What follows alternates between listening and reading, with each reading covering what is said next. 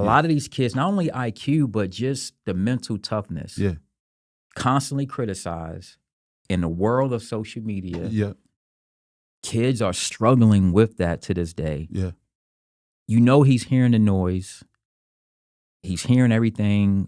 All the hate is everywhere. Yeah. But yet he's still producing. What that shows me is a young man that is mentally strong and tough. Yeah. And that's what a lot of kids going to that next level, they struggle with. And Yeah. then the other thing they struggle with is having money. Yeah. We know he don't have a problem with dealing with money. Yeah.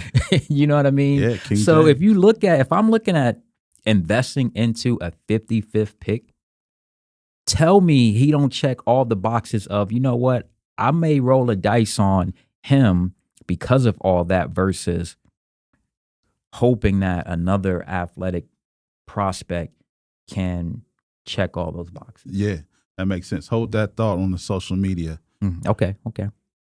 With that, we have the bigger sports broadcasters and media coverage. Mm-hmm.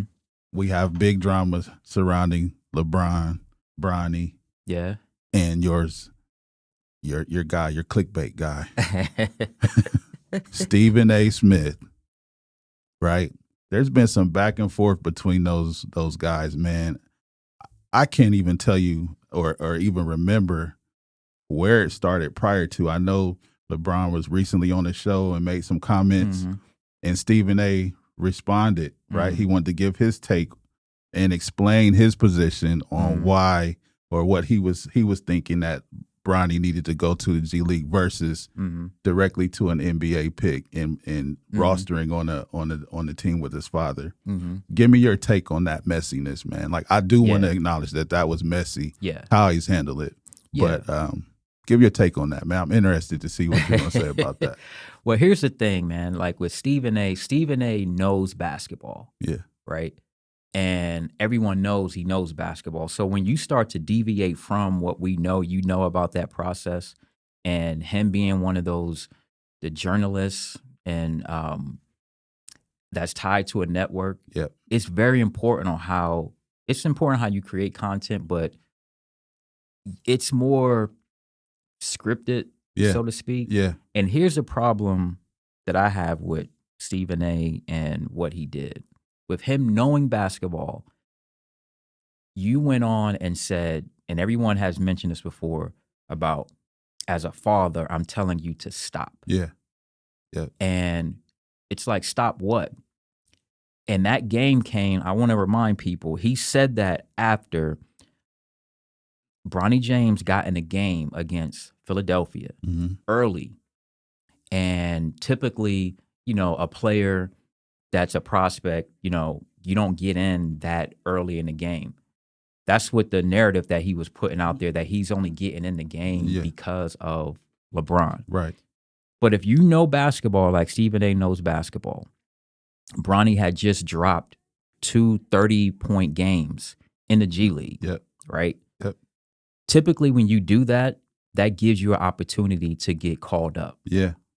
And one, Stephen A. is not behind the scenes part of the player development, player evaluation. He has an opinion. Yeah. So I trust JJ Redick and that staff. Yeah. And what Bronny did on the court, it warrant him getting those minutes early on. And part of his development, it happens to a lot of players getting those minutes. Yeah. It's just part of the process. Yeah. Especially when you come off putting up 30-something points a game in a G League, right? Yeah. So he pretty much said, you look past all that and you lose respect because people know, as a basketball mind, he did what he's supposed to do to at least get the warrant shot. that. That's number one. Yeah. Number two, the other thing about it is a lot of people don't know this, but if you follow Stephen A., like I do, he also has his own YouTube show. Yeah. And one of the things that he did on his show, his nephew, Josh, is hilarious. Yeah. But his introduction to that show was, he doesn't belong. Yeah. Yeah. And they made a joke about how he's only there because Stephen A. put in the work. And Josh was saying, I'm the Bronny James of the media. Yeah, yeah. So if I'm LeBron, you are taking it beyond basketball, and now you're using my son Personal, for content that's beyond basketball. Yeah.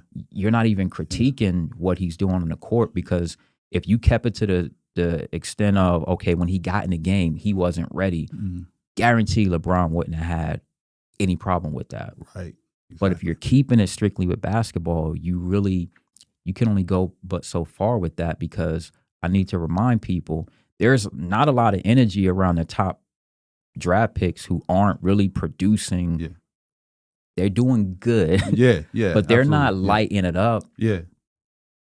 So you give them a chance to develop is my thing, you know. So that's fine. If, like you said, if you want to talk about basketball, keep it basketball. But those jokes, and even when you're talking basketball, you're not just taking shots at Bronny, you're taking shots at LeBron and his legacy in between. Yeah. You know what I mean?